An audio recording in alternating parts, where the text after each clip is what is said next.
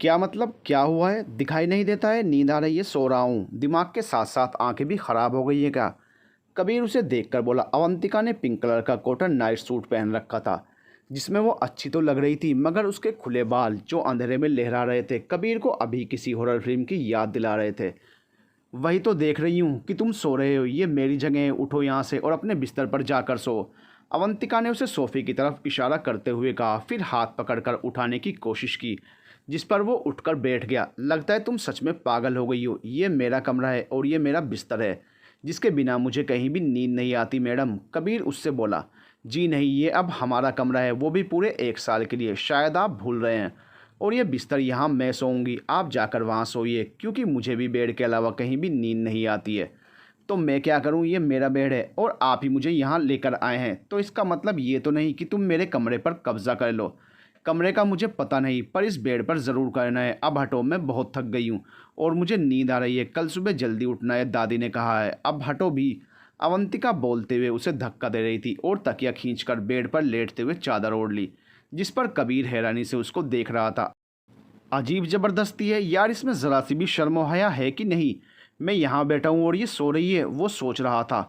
अब यहीं बैठे रहोगे या जाकर सोओगे भी? वो चादर में से मुंह निकालकर फिर से बोली, जिस पर कबीर ने अब की बार बेड पर से उठते हुए उससे चादर खींच ली।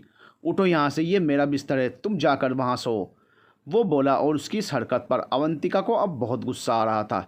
ये क्या बदतमीज़ी है? वो बोली। मैंने कोई बदतमीज़ी नहीं की, बल्कि तमीज़ की तुम्हें ज़रूरत है। अच्छा, मुझे तमीज़ की ज़रूरत है? तो फिर अब तो मैं यहीं पर सोऊंगी, देखती हूँ तुम मुझे कैसे उठाते हो अब। अवंतिका बोलते हुए दोबारा बिस्तर पर सो गई, मगर अब की बार कबीर ने सोच लिया था कि उसे समझा देगा कि यहाँ पर उसकी नहीं बल्कि मेरी चलेगी, क्योंकि ये उसका घर था और वो उसका कमरा। वो आगे बढ़ा और चादर एक तरफ फेंक दी, फिर अवंतिका को गोद में उठाया, जिस पर वो चौंक गई। ये क्या कर रहे हो? छोड़ो मुझे, कहाँ लेकर जा रहे हो? अवंतिका उससे खुद को छुड़ाते हुए बोल रही थी और उसके सीने पर हाथ से मार भी रही थी, मगर कबीर को कोई भी फर्क नहीं पड़ रहा था। वो सोफे की तरफ बढ़ता ही जा रहा था। तुम्हें तुम्हारी सही जगह पर पहुंचाने जा रहा हूँ, ज़्यादा चीखो मत, सब सुन लेंगे तो क्या कहेंगे?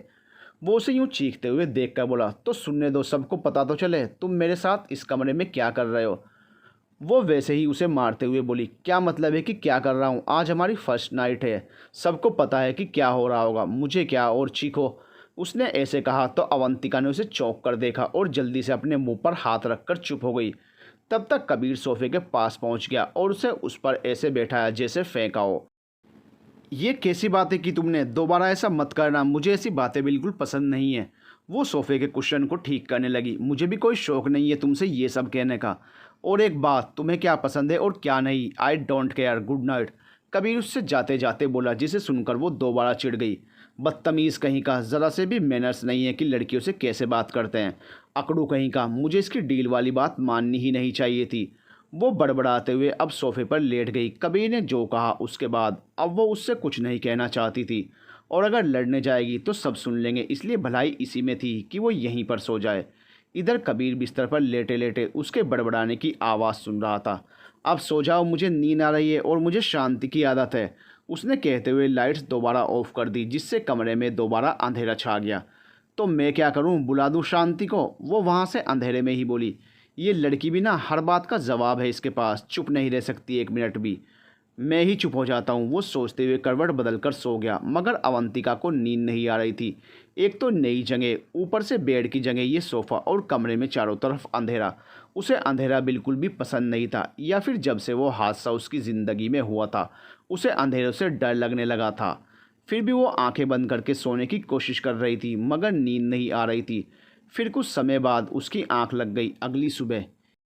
ये यहाँ क्या कर रही है? कबीर ने सुबह उठते ही जब अपनी आंखें खोली तो अपने बगल में सोती हुई अवंतिका को देखकर चौंकते हुए बोला, मगर वो गहरी नींद में सो रही थी, किसी मासूम बच्चे की तरह। कबीर उसे देखता ही रह गया। उसके चेहरे पर उसके बालों की कुछ लटें आ रही थी, जिसे वो नींद में बार बार अपने हाथों से हटा रही थी। तभी कबीर ने अपना हाथ उसके चेहरे की तरफ बढ़ाया, मगर इससे पहले कि वो उस तक पहुँच पाता, अवंतिका ने आंखें खोली और सामने बैठे कबीर को देखकर हैरान रह गई और उठकर जल्दी से बैठ गई। ये क्या कर रहे थे तुम? वो उसके बढ़ते हुए हाथ को देखकर बोली। तो कबीर ने अपना हाथ पीछे जल्दी से कर लिया। पहले तुम बताओ कि तुम मेरे बिस्तर पर क्या कर रही थी? कबीर बोला। दोनों ही एक दूसरे को देख रहे थे। कब तक और कहाँ तक भागोगी मुझसे बचकर? मैं तुम्हें ढूंढ लूँगा, हा हा हा। अंधेरे में किसी का हाथ उसके चेहरे की तरफ बढ़ रहा था। वो जो गहरी नींद में सो रही थी, अचानक से उसके कानों में किसी की भयानक हंसी गूंजी तो वो जल्दी से उठकर बैठ गई। कौन है यहाँ, कौन है यहाँ? उसने चारों तरफ कमरे में नजरें घुमाकर देखा तो कोई भी नहीं था। बस वो बेड पर सो रहा था बेखबर कबीर सिंघानिया, जिससे अभी कुछ घंटे पहले उसकी शादी हुई थी, पूरी दुनिया से बेपरवाह। वो नींद में सोते हुए कितना अच्छा लग रहा था। अवंतिका उसे देखती रह गई। कमरे में चारों तरफ अंधेरा ही था, बस लाइट बल्ब की हल्की रोशनी उसके चेहरे पर पड़ रही थी, जिससे उसका चेहरा चमक रहा था। कुछ लोग कितने खुशनसीब होते हैं दुनिया में, सब कुछ उनके पास होता है, परिवार, पैसा, ताकत, और कुछ लोगों के पास कुछ भी नहीं होता। ऊपर से जो एक दोस्त थी उसे भी मैंने खो दिया। वो मन में बोलते हुए दोबारा सोने की कोशिश करने लगी, मगर वही आवाज़ें उसके कानों में बार बार गूंज रही थी, जिससे उसे नींद नहीं आई और डर लग रहा था। और तब वो कबीर के बिस्तर के एक साइड सिराने पर आकर बैठ गई, मगर कब बैठे बैठे उसे नींद आ गई उसे पता भी नहीं चला। और अब सुबह हो चुकी थी और सामने कबीर बैठा उससे कुछ पूछ रहा था, मगर उससे ज़्यादा उसे घूर घूर कर देख रहा था। रात को कमरे की लाइट्स ऑफ होने के बाद मैं थोड़ा डर गई थी और नींद नहीं आ रही थी, तो मैं यहाँ पर आकर बैठ गई। अब कब नींद आ गई बैठे बैठे और मैं सो गई, मुझे नहीं पता। अवंतिका ने अटकते अटकते उसके सवालों भरी आंखों में देखा। तो ये बात है, हा हा हा, तो मैं सही था, तुम्हें डर भी लगता है? कबीर अब उसकी बात पर अचानक से ज़ोर से हंसा। इतनी बड़ी हो गई हो और अंधेरे से डर लगता है तुम्हें, हा हा हा। वो बस हंसता ही जा रहा था। अब अवंतिका को उसकी हंसी अच्छी नहीं लग रही थी। ये कुछ ज़्यादा नहीं हो रहा है? अवंतिका ने उसके मुंह को बंद करते हुए कहा, जिस पर वो हैरान रह गया।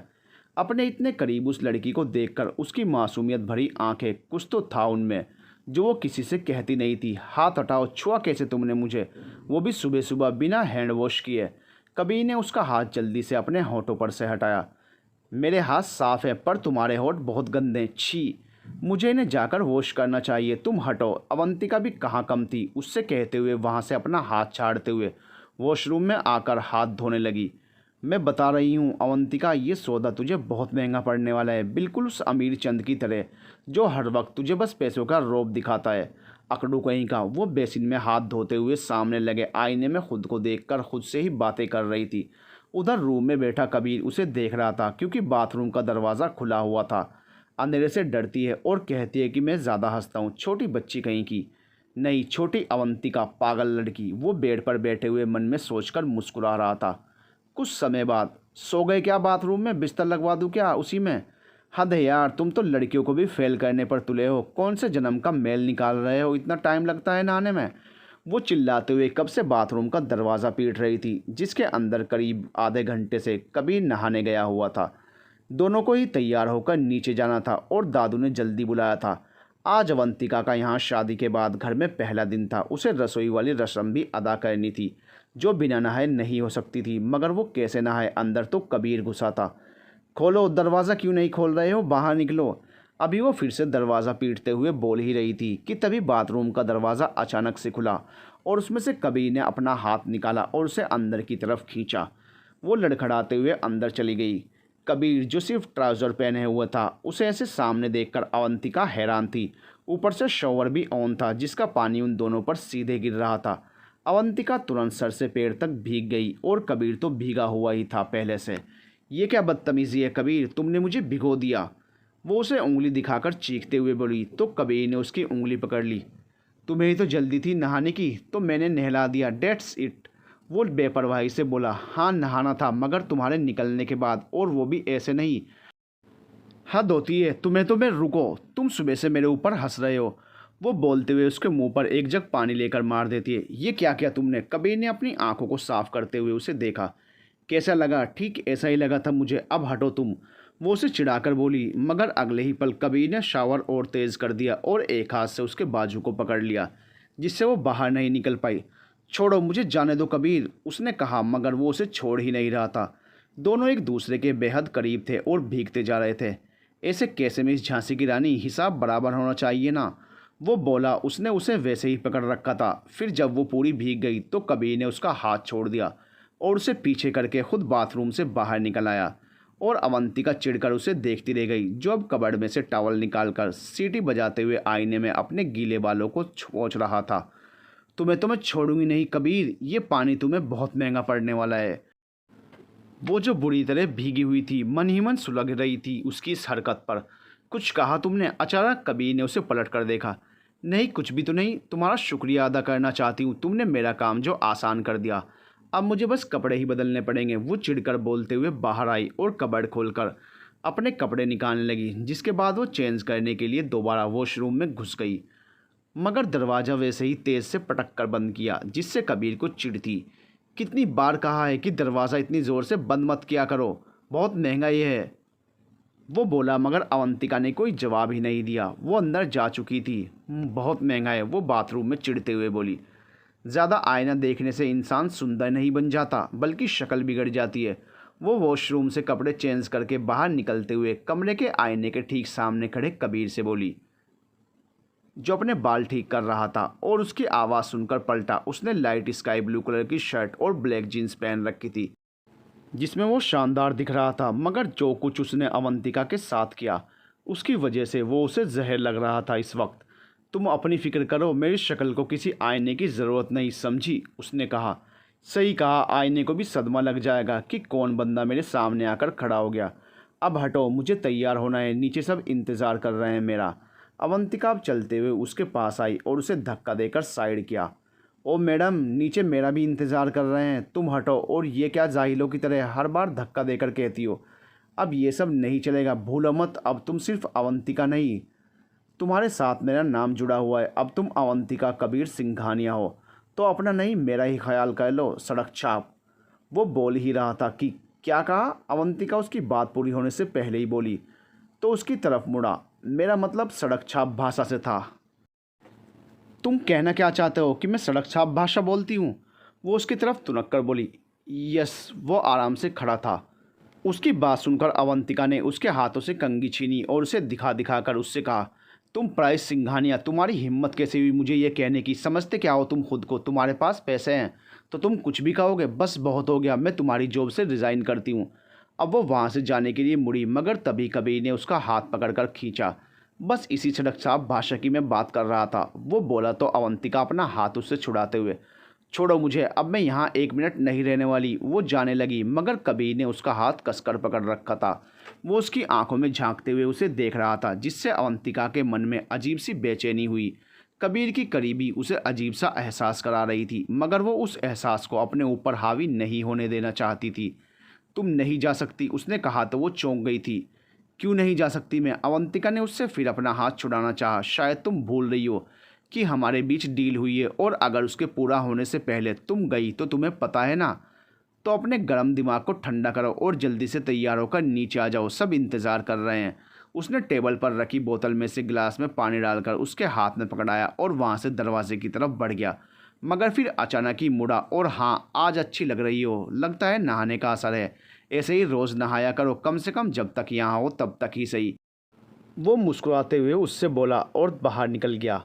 अवंतिका हाथ में पानी का गिलास लिए खड़ी बंद दरवाजे को देख रही थी। इसकी तो मैं वो मन ही मन सुलग रही थी। उफ, इसकी इतनी हिम्मत, मेरी इतनी बेइज्जती आज तक किसी ने नहीं की।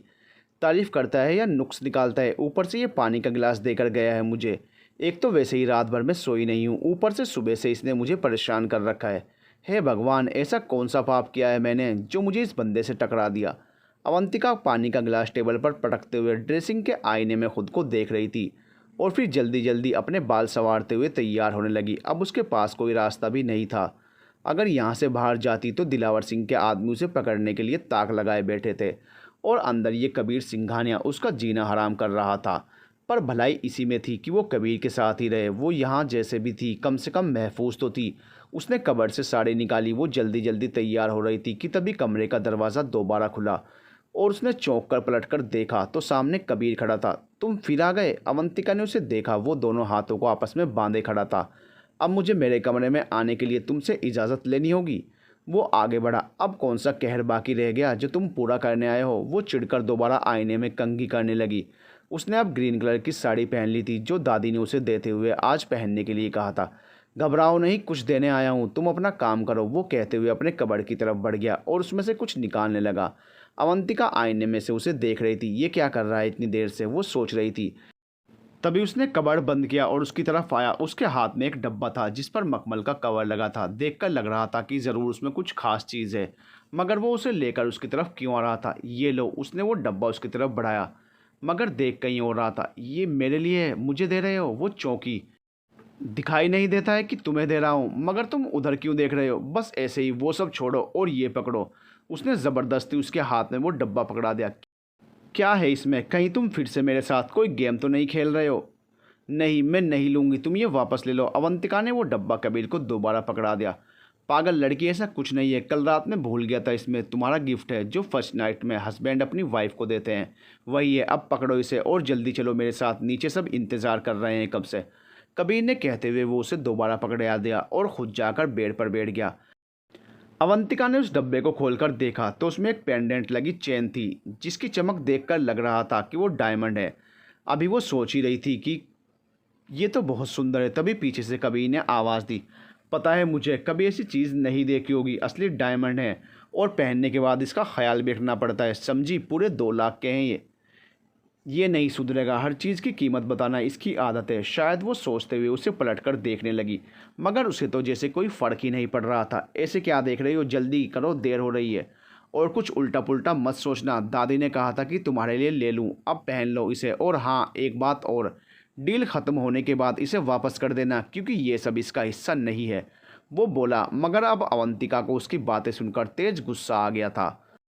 बाद में क्यों, अभी वापस ले लो। मैं दादी से कह दूंगी कि मैंने उसे लॉकर में संभाल कर रख दिया है, तुम्हारा पहला तोहफा समझकर। अवंतिका ने चिढ़कर कहा, ज़्यादा समझदार बनने की ज़रूरत नहीं है, चुपचाप पहन लो।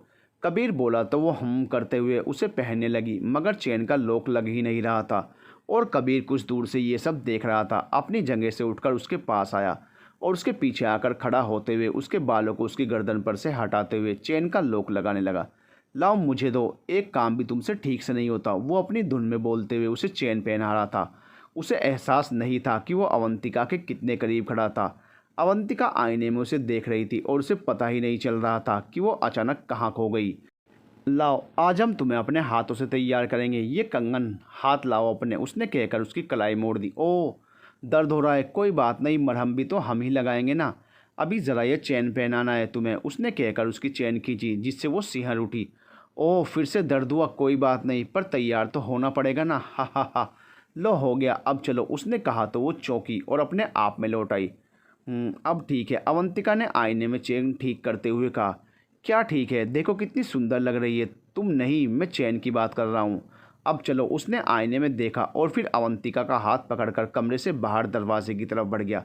मगर अवंतिका कुछ नहीं बोली। उसे आज कबीर का यूं चैन पहनाना अतीत में ले गया था, मगर कबीर का स्पर्श उसे बार बार अजीब सी कश्मकश में डाल रहा था। उसने उसका हाथ पकड़ रखा था और वो उसके पीछे खिंची चली जा रही थी, ना चाहते हुए भी। शाम के वक्त सिंघानिया मैंशन दुल्हन की तरह सजा हुआ था। कबीर और अवंतिका का आज रिसेप्शन था। दादू ने सारा अरेंजमेंट घर के गार्डन में ही करवाया था। कबीर और अवंतिका स्टेज पर बैठे बहुत अच्छे लग रहे थे। साथ में निया और साहिल भी उनके बगल में खड़े थे। लोग एक एक करके उन्हें गिफ्ट देते हुए बधाई दे रहे थे। तभी दादू और दादी ने भी अपना तोहफा अवंतिका की तरफ बढ़ाया, जो कि उनका ख़ानदानी हार था। दादी ने वो हार निकालकर उसके गले में पहनाया। ये अब तुम्हारी अमानत है। कबीर की माँ के जाने के बाद मैंने इसे बहुत संभाल कर रखा था कि जब उसकी दुल्हन आएगी तो उसे ये जिम्मेदारी दूंगी। लो, अब मैं फ्री हो गई, उन्होंने कहा तो अवंतिका ने अपने गले में देखा जिसमें वो नेकलेस चमक रहा था। बहुत शुक्रिया, ये सच में बहुत सुंदर है, मैं इसका पूरा ख्याल रखूँगी, वो बोली। क्या बात दादू, इतना कीमती तोहफा बचा कर रखा था इतने दिनों से, साहिल उन दोनों से बोला। तो दादी ने उसके गालों पर प्यार से एक चपत लगाई। तुम्हारे लिए भी बचा कर रखा है, पर पहले एक अच्छी सी लड़की ढूंढ लो, तब तो रहने ही दें। आपका तोहफा आपको मुबारक, साहिल हंसते हुए बोला। तो सब हंस पड़े। ज़्यादा खुश होने की ज़रूरत नहीं है, ये सब चीज़ें सब कुछ हमारे कॉन्ट्रैक्ट का हिस्सा हैं, समझी? और ये मेरी फैमिली है, तो ज़्यादा पर्सनल होने की ज़रूरत नहीं। कबीर उसके कानों में फुसफुसाते हुए बोला तो वो चिढ़ गई। पता है मुझे, और बार बार मुझे ये मत बताओ, बच्ची नहीं हूँ मैं, उसने धीरे से कहा। फिर मुस्कुराते हुए सामने देखने लगी जहाँ से लोग उन दोनों को देख रहे थे। बच्ची से कम भी नहीं हो, हर चीज़ समझानी पड़ती है। वो भी बोलने से बाज नहीं आ रहा था। वहीं दूर खड़ी नीलिमा ये सब देख रही थी। साथ में राजीव भी खड़ा था। देख रहे हो राजीव, आज तक मुझे तो कभी कोई तोहफा नहीं मिला इस घर से, और इसके आते ही उसे खानदानी सेठ दे दिया। वो राजीव की तरफ देखकर बोली, छोड़ो ना यार, आज हमारे बेटे की शादी हुई है, चलो पुरानी बातें भुलाकर आगे बढ़ते हैं। राजीव बोला और आगे स्टेज की तरफ बढ़ा जहाँ कबीर और अवंतिका बैठे हुए थे। वो मेरा नहीं तुम्हारा बेटा है राजीव, नीलिमा मन में बोलते हुए उसके पीछे आई। वो लोग एक दूसरे से बातें करते हुए हंस रहे थे और तभी नीलिमा भी अपना तोहफा लिए राजीव के साथ उसके पास आई, जिसे देखकर कबीर के चेहरे का रंग उड़ गया और सब लोग अचानक चुप हो गए। ये लो, ये मेरी और राजीव की तरफ से, इसे भी अभी मत खोलना, आराम से खोल कर देखना, बहुत ख़ास चीज़ है इसमें। वैसे आज तुम बहुत प्यारी लग रही हो, नज़र न लगे। उसने अजीब तरीके से मुस्कुराते हुए वो गिफ्ट का बॉक्स अवंतिका को थमा दिया, तो अवंतिका ने भी मुस्कुराते हुए उसे ले लिया। थैंक यू, वो बोली और तभी उसकी नज़र सामने से आती हुई नेहा पर पड़ी और वो अपनी जगह से उठकर खड़ी हो गई। कबीर ने भी सामने की तरफ देखा। अवंतिका स्टेज पर से अपना भारी भरकम महरून लहंगा पकड़ते हुए सीढ़ियों से नीचे उतरते हुए नेहा के पास आई। मुझे उम्मीद नहीं थी कि तुम आओगी, अवंतिका उसके गले लगते हुए बोली। उम्मीद तो मुझे भी नहीं थी कि मैं ऐसा कुछ करूँगी, पर मुझसे रहा नहीं गया तो बस आ गई, ये लो। नेहा ने उसे खुद से अलग करते हुए कहा और उसे एक छोटा सा गिफ्ट का पैकेट दिया। ये क्या है? अवंतिका ने उसे पकड़ते हुए पूछा। गिफ्ट है तुम्हारे लिए, शादी मुबारक हो कबीर, नेहा ने कहा तो अवंतिका ने पलट कर देखा। पीछे कबीर खड़ा था, वो भी नीचे आ गया था। थैंक यू, मुझे अच्छा लगा कि तुम हमारी खुशी में शामिल होने आई। अवंतिका अपनी दोस्त को खाना वाना खिलाओ, उसने कहा तो अवंतिका हम कहकर नेहा को वहाँ से दूसरी तरफ ले गई। कुछ देर बाद माहौल काफ़ी चहल पहल और रंगों रंग लाइटों से भरा था। हर कोई अब अपने आप में मगन हो गया था। दादू दादी अपने मेहमानों में बिजी थे, साहिल अपने दोस्तों में और निया अपनी सहेलियों के साथ, कबीर अपने क्लाइंट्स के साथ, वहीं अवंतिका नेहा के साथ खड़ी थी। ये कबीर सिंघानिया क्या कह रहा था कि मैं आई तो उसे अच्छा लगा, जैसे मुझे पता ही नहीं हो कि ये सब एक धोखा है जो वो हम सबको दे रहा है। नेहा बोली तो अवंतिका ने एक लंबी सांस ली। छोड़ ना इन सब बातों को, तू बता कैसी है, अवंतिका ने उसका मूड ठीक करने के लिए मुस्कुराकर कहा, जिस पर वो चौंकी। क्या ठीक रहूँगी तेरे बिना, मुझे तेरी चिंता रहती है हर वक्त। मेरी बात मान, अभी भी वक्त है, वापस चल मेरे साथ। नहीं, मैं ठीक हूँ यार, तुम चिंता मत करो। और फिर बस 1 साल की ही तो बात है, तुम्हें पता है ये सब लोग बहुत अच्छे हैं, खासकर दादू। अवंतिका इमोशनल हो रही थी। पर है तो सब झूठ ना, ये रिश्ते और ये शादी भी। जिस दिन सच सबके सामने आएगा उस दिन तू सबकी नज़रों में बुरी बन जाएगी अवंतिका। नेहा ने उसके कंधे पर हाथ रखते हुए कहा, जो अब दूर खड़े दादू और दादी को देख रही थी। कोई बात नहीं, वैसे भी मुझे पता है मेरी जगह कहाँ है और मैं खुद यहाँ नहीं रहना चाहती। जैसे ही डील ख़त्म होगी मैं ये सब छोड़कर हमेशा के लिए चली जाऊँगी। कौन कहाँ जा रहा है और ये क्या बातें हो रही हैं दो दोस्तों में? भाभी, आप मुझे अपनी दोस्त से नहीं मिलवाएंगी? अचानक साहिल वहाँ आ गया और उनकी बात अधूरी रह गई। ओ, कुछ भी तो नहीं साहिल, ये नेहा है, मेरी इकलौती सहेली भी और परिवार भी। और नेहा, ये साहिल है, कबीर के छोटे भाई। अवंतिका ने जल्दी से कहते हुए उन दोनों का परिचय कराया।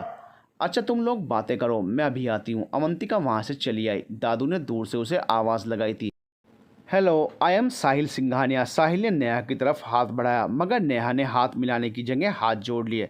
मैं नेहा हूँ, अवंतिका की फ्रेंड, आपसे मिलकर खुशी हुई, उसने कहा तो साहिल ने मुस्कुराते हुए अपना हाथ वापस अपनी जेब में रख लिया। वैसे मुझे इंडियन कल्चर वाली लड़कियाँ पसंद हैं, उसने अपने बालों में हाथ फेरते हुए कहा। तो नेहा, जो सामने की तरफ हाथ बांधे खड़ी थी, अचानक उसकी तरफ पलटी। और मुझे फ्लर्ट करने वाले लड़कों से सबसे ज़्यादा नफरत है, एक्सक्यूज़ मी। वो बोलते हुए वहाँ से आगे बढ़ गई तो साहिल ने उसे जाते हुए देखा। वो जा रही थी, उसने ब्लैक कलर की साड़ी पहनी हुई, पीछे से खुले बाल कमर तक लहरा रहे थे। वैसे मुझे एटीट्यूड वाली लड़कियाँ भी पसंद हैं, नाम तो प्यारा है, नेहा, वो खुद से कहकर मुस्कुराया। क्या हुआ भाई, आप इतना मुस्कुरा क्यों रहे हैं? निया जब उसके पास आकर बोली तो वो चौंक गया। कुछ नहीं, बस ऐसे ही, ऐसे ही तो पागल लोग हंसते हैं, ऐसा ही समझ लो, उसे जो एक बार देख ले वो पागल ही हो जाएगा। वो धीरे से बोला, क्या मतलब है, समझी नहीं? समझोगी भी नहीं, चलो ज़रा भाई की खबर लें, आखिर नई नई शादी हुई है उनकी, साहिल कहते हुए अपने दोनों हाथ अपनी कोट की जेब में डालते हुए कुछ दूर पर खड़े कबीर की तरफ देखने लगा और उसी की तरफ बढ़ गया। निया उसकी बातों में उलझी उसके पीछे आई। एंड लेडीज़ एंड जेंटलमैन, अब वक्त है कपल डांस का। तो सबसे पहले हमारे बीच आ रहे हैं हमारी जान, सबकी शान, हमारे बड़े भाई, most handsome man in this party, Kabir Singhania, और उनकी wife, the most beautiful girl, हमारी भाभी अवंतिका कबीर सिंघानिया। जोरदार तालियां उनके लिए। The newly married couple. अचानक साहिल की माइक में आवाज़ सुनकर और फॉक्स लाइट्स जब कबीर और अवंतिका पर पड़ी तो ज़ोरदार तालियों की गड़गड़ाहट के बीच दोनों ही चौंक गए और इससे पहले कि दोनों कुछ कहते, उससे पहले ही साहिल और निया दोनों को पार्टी के बीच में बने डांस सर्कल पर ले गए, जहां पहले से और भी कपल्स मौजूद थे। अब क्या करूं, इसके साथ नाचना भी पड़ेगा, ये तो इसने नहीं बताया था। अवंतिका कबीर के सामने खड़ी सोच रही थी। लगता है अब ये भी करना पड़ेगा उनकी खुशी के लिए। कबीर ने सोचते हुए दूर खड़े दादू की तरफ देखा, जो बहुत ही खुश दिखाई दे रहे थे और ज़ोर ज़ोर से तालियां बजा रहे थे।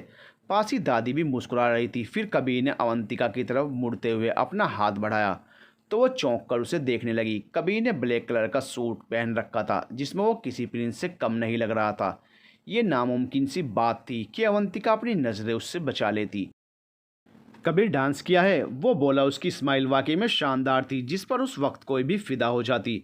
तभी पीछे खड़ी निया ने उसे धीरे से धक्का दिया तो उसका हाथ कबीर के हाथ से टकराते हुए वो उसके बिल्कुल करीब आ गई। उसी वक्त म्यूजिक भी ऑन हो गया और साहिल निया वहाँ से पीछे हट गए। तुझे तुझसे तोड़ लूँ, कहीं खुद से जोड़ लूँ, मेरे जिस्मो जाँ में आ तेरी खुशबू ओढ़ लूँ। दिल इबादत कर रहा है, धड़कने मेरी सुन, तुझको मैं कह लूँ हासिल लगी है यही धुन। गाने के साथ साथ कबीर और अवंतिका का डांस और उनकी करीबी किसी को खल रही थी, जो वहीं लोगों की भीड़ में खड़ा ये सब रिकॉर्ड कर रहा था अपने फ़ोन में। फिर उसने वो वीडियो किसी नंबर पर व्हाट्सअप कर दिया। राजस्थान, दिलावर सिंह का घर। उसकी इतनी हिम्मत कि उसने हमारी जगह किसी और को दी। बहुत पर निकल आए हैं इस चिड़िया के, लगता है जल्दी ही कतरना होगा, वरना ये उड़ गई तो फिर हमारे हाथ नहीं आएगी। दिलावर सिंह अपने फ़ोन को ज़मीन पर पटकते हुए चीखा। उसकी चीख कमरे से बाहर तक सुनाई दे रही थी। घर के सारे नौकर तक ये सुनकर सहम गए थे। किसी की भी हिम्मत नहीं थी कि वो कमरे में आए और उससे पूछे कि आखिर हुआ क्या था। वो गुस्से से पागल हो रहा था। उसने फिर आगे बढ़कर कमरे की टेबल पर रखा कीमती वॉच उठाकर सामने ड्रेसिंग के आईने पर दे मारा, जिससे वो चकनाचूर हो गया। रात का समय था, चारों तरफ सन्नाटा और उस सन्नाटे को चीरता हुआ दिलावर सिंह का गुस्सा। सब लोग उससे वाकिफ थे, तभी तो कोई भी आसपास नहीं था।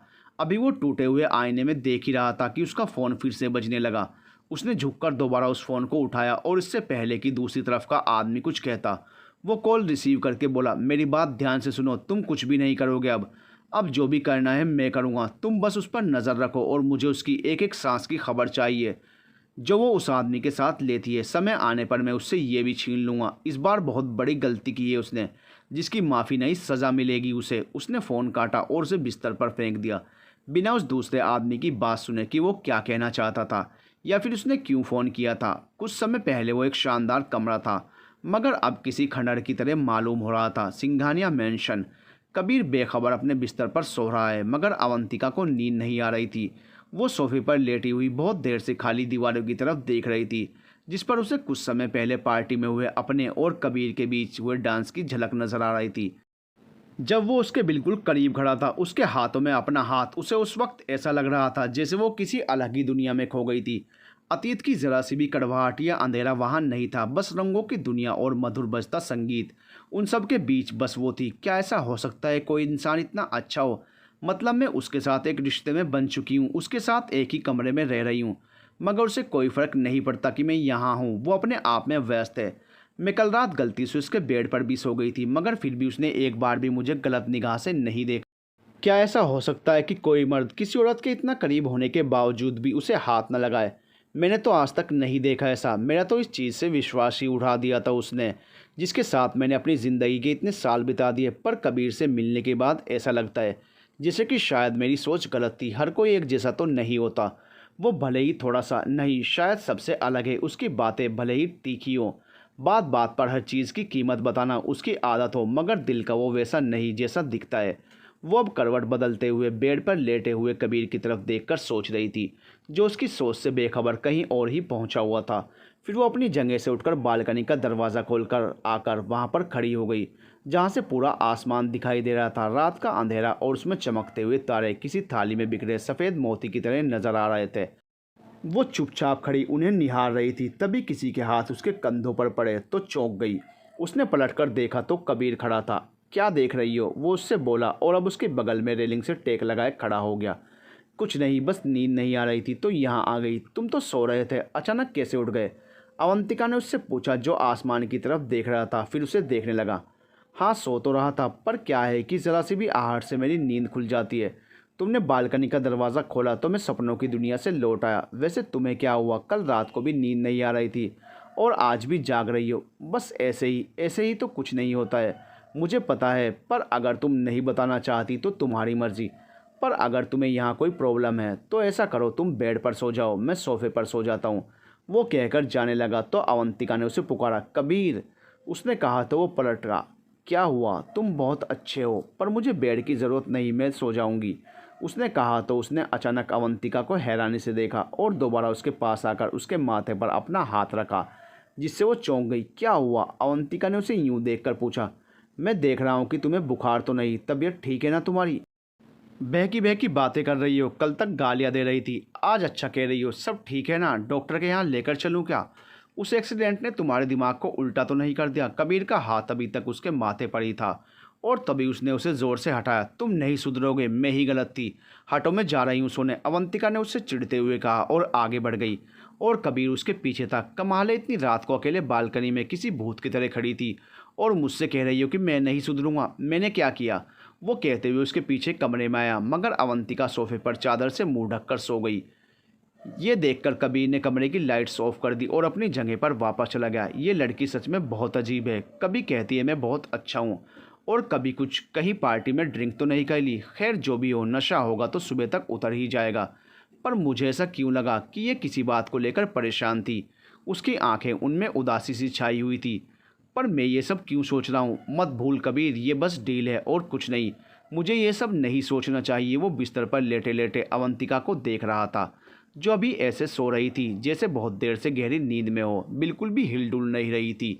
अवंतिका अपने कमरे में बेखबर सो रही थी। तभी हॉल में से आने वाली आवाज़ें सुनकर उसकी आंख खुली और वो जल्दी से उठकर सोफे पर बैठ गई। उसने कमरे के चारों तरफ नज़रें दौड़ाई, वहाँ कोई भी नहीं था। खिड़कियों के पर्दे गिरे हुए थे, मगर उनमें सूरज की किरणें अंदर आ रही थी, जिससे कमरे में रोशनी फैली हुई थी, यानी कि सुबह हो चुकी थी। उसने पलटकर सामने दीवार पर टंगी घड़ी की तरफ देखा, जिसमें 9:30 बजने वाले थे। फिर उसने कबीर के बिस्तर की तरफ देखा, वहाँ पर कबीर नहीं था। वो चौंकी। क्या हुआ है? सुबह सुबह इतना शोर क्यों हो रहा है? कबीर कहाँ है? ये आवाज़ तो उसी की लग रही है, पर इतनी सुबह इतना शोर क्यों मचा रखा है? जाकर देखती हूँ। वो वहाँ से उठकर अपने बिखरे बालों को समेटते हुए कमरे से बाहर निकली। अभी वो सीढ़ियों से नीचे उतरी भी नहीं थी कि नीचे हॉल में कबीर फिर चिल्लाया। तो वो रुक गई और उसने रेलिंग पर हाथ रखते हुए आगे बढ़कर नीचे झांका, जहाँ कबीर के साथ बाकी घरवाले भी मौजूद थे। आप बताएंगी कि ये क्या है? आपको किसी को तोहफा तक देना नहीं आता? समझती क्या है खुद को? एक बात मैं बता देता हूँ, अब मैं वो छोटा कबीर नहीं रहा जो आपको बर्दाश्त करूँगा। कबीर अपने सामने खड़ी अपनी सौतेली माँ से तेज़ आवाज़ में बोल रहा था और उसके हाथ में वही गिफ्ट का पैकेट था जो नीलिमा ने रात को रिसेप्शन में अवंतिका को दिया था। अवंतिका ने उसे पहचान लिया। इसमें गलत क्या है? जाहिर सी बात है, शादी हुई है तो बच्चे तो होंगे ना। तो बस मैंने ये दिया, सब देते हैं, इसमें क्या गलत है? कबीर बताओ मुझे, या फिर तुमने सिर्फ हमें दिखाने के लिए शादी? वो बोली। साथ में राजीव भी खड़ा था। बकवास मत करिए, कबीर ने कहा। नीलिमा सही कह रही है कबीर, तुम ज़रा सी बात को बहुत बड़ा बना रहे हो, राजीव ने अपने बेटे से कहा, जिसे सुनकर नीलिमा अजीब तरीके से मुस्कुराते हुए उसे देखने लगी। तो कबीर उसे इग्नोर करके अपने पिता की तरफ मुड़ा। आप तो रहने ही दीजिए, मैं शादी करूं, मेरे बच्चे हों या ना हो, आपको इससे क्या? अपनी चहेती के नखरे उठाइए जाकर, कबीर ने फिर से गुस्से में कहा। तो दादू, जो बहुत देर से ये सब सुन रहे थे, कबीर पर चिल्लाए। कबीर, ये क्या तरीका है किसी से बात करने का? भूलो मत, ये तुम्हारा बाप है। और वो, दादू ने उससे कहा, मगर वो उनकी बात पूरी होने से पहले ही बोल पड़ा। वो मेरी माँ नहीं है, मेरी माँ इनकी वजह से मर गई थी बरसों पहले, और अब ये मेरी बीवी को निशाना बना रही हैं।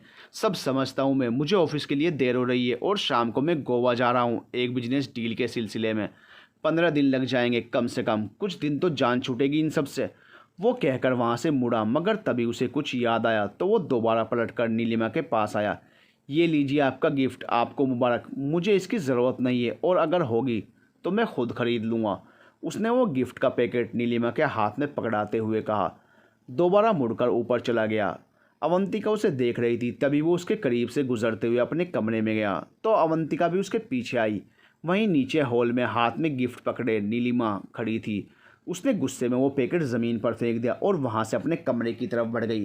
राजीव उसके पीछे चला गया। निया ने आगे बढ़कर उस पैकेट को उठाया, जिसमें बच्चे की चांदी की कटोरी और चम्मच का एक बहुत खूबसूरत सा सेट था। वो उसे लेकर वहाँ से चली गई। बाकी लोग भी एक एक करके वहाँ से चले गए। घर के नौकर जो सुबह से ये तमाशा देख रहे थे वो दोबारा अपने काम पर लग गए। जब वो कमरे में आई तो कबीर वैसे ही गुस्से में बड़बड़ाते हुए अपने कबर्ड से कपड़े निकाल रहा था। उनकी हिम्मत कैसे हुई ऐसा करने की, मैं सब समझता हूँ। वो मुझ पर नज़र रख रही हैं। बचपन से जानता हूँ उन्हें, वो कुछ भी ऐसे ही नहीं करती। इससे पहले कि अवंतिका उसके पास जाकर कुछ पूछती, वो कहते हुए फिर टॉवल उठाए वॉशरूम में घुस गया तो वापस आकर बेड पर बैठ गई और उसके वापस आने का इंतज़ार करने लगी। इसे क्या हुआ, इतना गुस्सा क्यों कर रहा था? एक गिफ्ट ही तो था, ऐसे तोहफे सब देते हैं शादी में, इनमें क्या नया है? इतना चिढ़ क्यों रहा था? वो बैठी सोच ही रही थी। उसने दूसरी दफ़ा कबीर को इतने गुस्से में देखा था। पहली दफ़ा भी उसने एक बार अपने माता पिता से बहस करते देखा था। उसे पता था कि वो अपनी माँ की मौत की वजह अपनी सौतेली माँ को समझता था और इसके लिए अपने पिता को भी उतना ही जिम्मेदार ठहराता था। मगर कब तक, इतने साल हो गए इन सब बातों के गुजरे हुए। और उसकी माँ को भी। मुझे लगता है कि उसे अपने अंदर की ये कड़वाहट मिटा देनी चाहिए, क्योंकि इससे सबसे ज़्यादा तकलीफ़ अगर किसी को हो रही है तो वो उसे खुद को। मेरी बात ध्यान से सुनो, उस औरत से जितना दूर रहोगी तुम्हारे लिए उतना ही अच्छा होगा। वो वॉशरूम से ना जाने कब बाहर आ गया और अवंतिका के सामने आकर खड़ा उसे देख रहा था। उसकी आवाज़ सुनकर अवंतिका चौंकी और सामने खड़े कबीर को देखने लगी। चेहरे पर गुस्सा, आंखों में तलखी, बातों में कड़वाहट और उनसे टपकता पानी जिससे उसका चेहरा भीगा हुआ था। उसने बस टॉवल पहन रखा था। ध्यान कहाँ है तुम्हारा? मैंने कुछ कहा, सुना तुमने? उसने जब दोबारा कहा तो वो चौंकी। हाँ, वो मैं कुछ कहा तुमने? अवंतिका धीरे से नजरें नीची करके बोली। उठो यहाँ से पहले। अब क्यों, क्या किया मैंने? तुम ऐसे नहीं मानोगी, उठो अब। कबीर ने उसका हाथ पकड़कर उसे उठाया तो वो उसकी तरफ खींची चली आई। दोनों एक दूसरे के बिल्कुल करीब खड़े थे। अवंतिका उसकी आंखों में देखती ही रह गई। उसका हाथ कबीर के कंधों पर था। तभी कबीर ने उसे अपने सामने से हटाते हुए बेड पर रखे अपने कपड़े उठाए। पागल लड़की, वो कहते हुए वहाँ से दूसरी तरफ कपड़े चेंज करने चला गया। अवंतिका गलती से उसके कपड़ों पर बैठ गई थी, इसलिए वो उसे उठा रहा था। अब अवंतिका को बात समझ में आई। उसने फिर पलटकर उसकी तरफ देखा। वो तैयार होकर अब हेयर ड्रायर से अपने बाल सुखा रहा था। फिर उसे ड्रेसिंग पर रखकर उसकी तरफ आया। आज मुझे ऑफिस में बहुत काम है, आते हुए देर हो जाएगी। और हाँ, शाम को मैं गोवा जा रहा हूँ एक बिजनेस डील के सिलसिले में, तो 15 दिन लग जाएंगे। जब तक वापस नहीं आ जाता तब तक यहाँ ठीक से रहना। और एक बात, मैंने साहिल से कहा है कि वो तुम्हारे लिए एक नया फ़ोन और नया नंबर ला कर देगा, उसे रख लेना। मैंने उससे ये भी कह दिया है उसमें उसका नंबर सेव कर दे।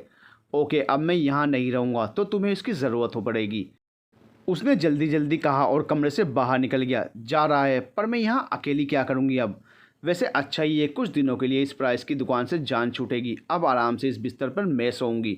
वो कबीर के जाते ही बिस्तर पर धड़ाम से गिरते हुए बोली कि तभी कमरे का दरवाज़ा दोबारा खुला और उसने चौंक कर उस तरफ देखा जहाँ कबीर दोनों हाथों को आपस में बांधे उसे देख रहा था।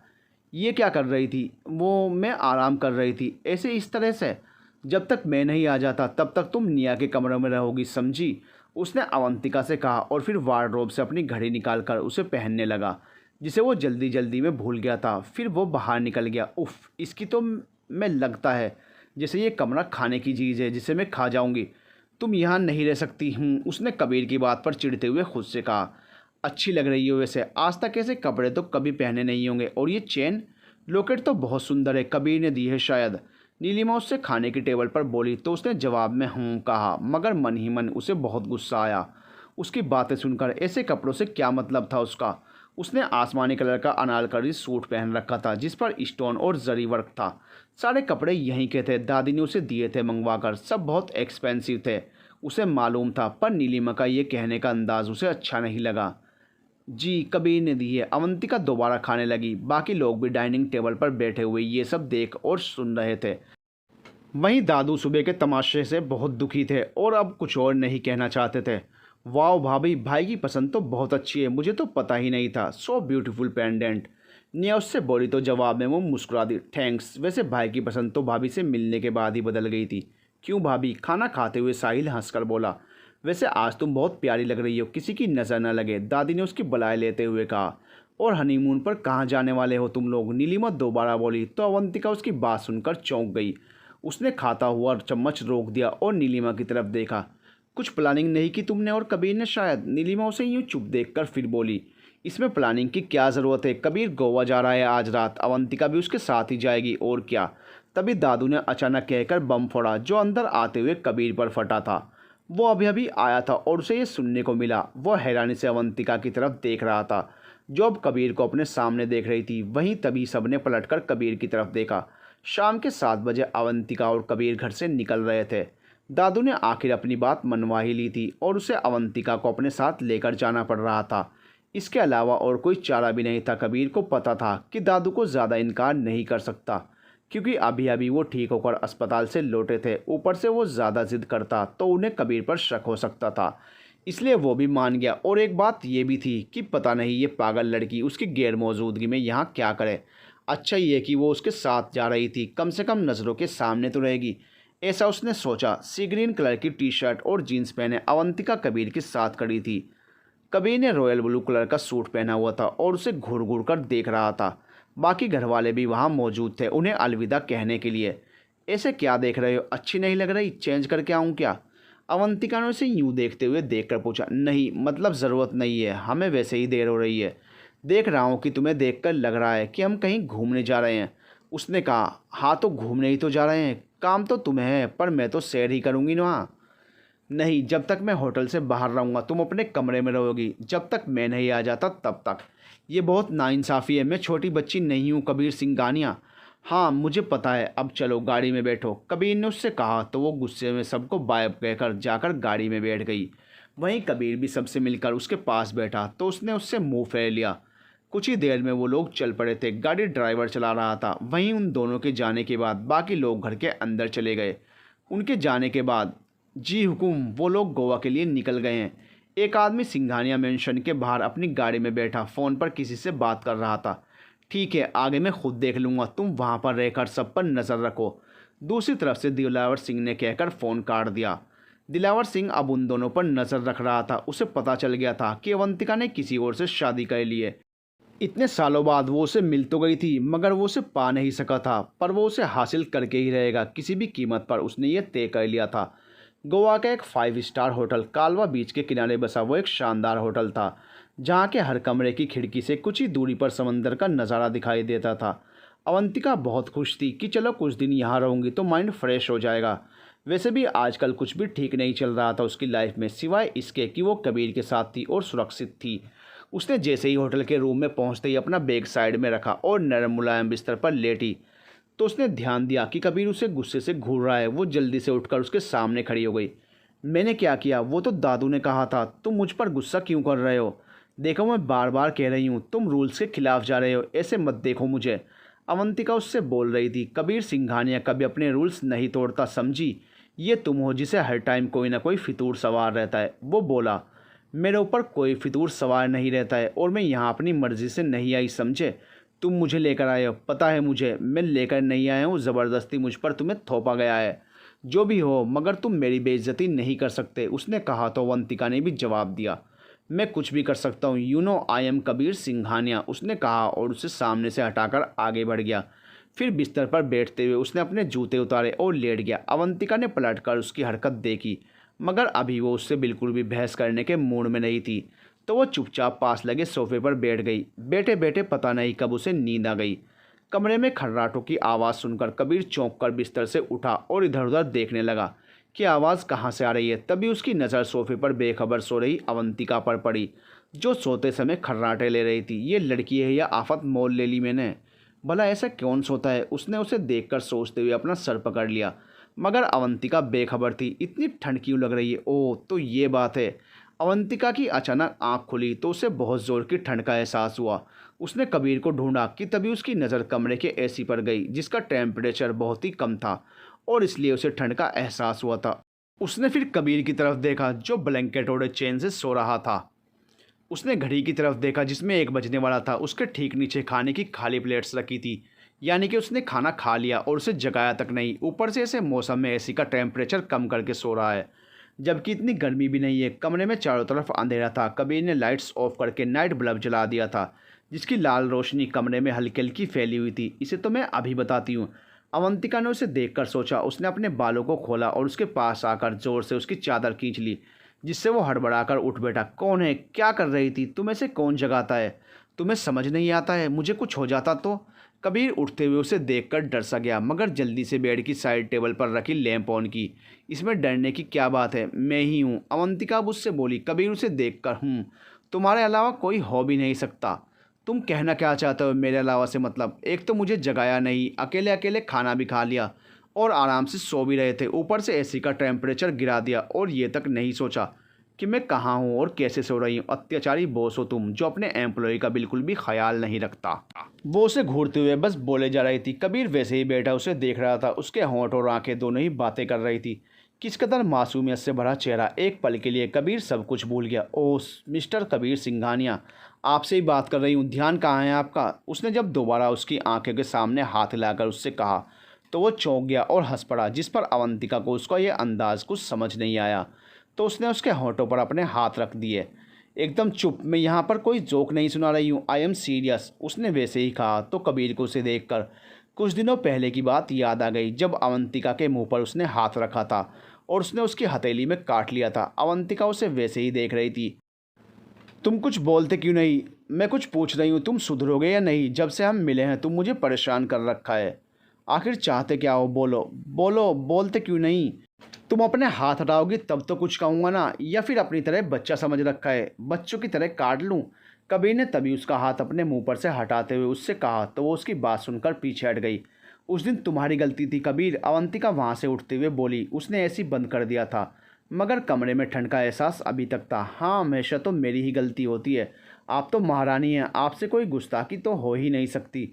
मैंने ये नहीं कहा, तुमसे तो कुछ कहना ही बेकार है। ना जाने में कैसे तुम्हारे साथ फंस गई।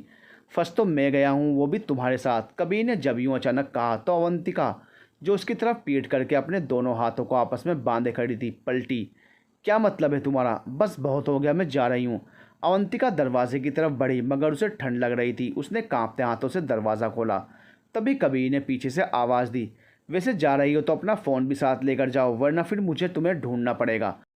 कबीर ने कहा तो वो पलटी। ज़रूरत नहीं मुझे ढूंढने की, आप आराम से सोइए, आपकी नींद ख़राब हो रही है, गुड नाइट।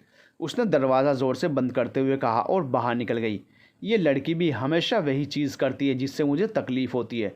जाने दे से कबीर, खुद गई है खुद ही वापस आ जाएगी, तुम सो जाओ, बहुत नींद आ रही थी। उसने सब उड़ा दी। कबीर ने दोबारा फर्श पर गिरा ब्लैंकेट उठाया और उससे मुँह ढककर सो गया। मैं अब उस कमरे में नहीं जाऊंगी, चाहे जो हो जाए। वो खुद को समझता क्या है? भूख भी लग रही है, कुछ खाया भी नहीं कब से, ठंड भी लग रही है। गुस्से में कुछ ले लेती ऊपर से ढकने के लिए, मगर नहीं, मुझे तो गुस्सा आ गया था, वो भी उस पर। मगर यहाँ नुकसान खुद का कर रही हूँ। क्या करूँ, वापस कमरे में जाऊँ? नहीं, अगर गई तो वो फिर से मजाक बनाते हुए कहेगा, आ गई ना वापस। पता था मुझे तुम कहाँ जा सकती हो। ये कबीर भी ना कभी कभी इतना अच्छा बन जाता है कि लगता है कि उससे अच्छा कोई है ही नहीं। और कभी कभी तो अवंतिका कमरे से बाहर निकल आई थी। उसने वही जीन्स और टी शर्ट पहन रखी थी अभी तक, और बड़बड़ाते हुए स्विमिंग पूल के पास चक्कर लगा रही थी, जो कमरे से कुछ ही दूरी पर था। तभी अचानक किसी की आवाज़ सुनकर उसके कदम रुक गए। चारों तरफ हल्की रोशनी थी, आधी रात का पहर, और आसमान में चमकता हुआ चांद, जिसकी परछाई उस स्विमिंग पूल के पानी में साफ साफ दिखाई दे रही थी। और साथ ही साथ उस आदमी की परछाई भी उसकी तरफ आती हुई दिख रही थी। वो दिलावर सिंह था, जिसे अवंतिका ने अंधेरे में भी पहचान लिया था। और हम कैसे लगते हैं आपको? पीछे से किसी ने कहा। वो आवाज़ उसने इतने सालों बाद सुनी थी, मगर वो उसे आज भी पहचान गई थी। To be continued.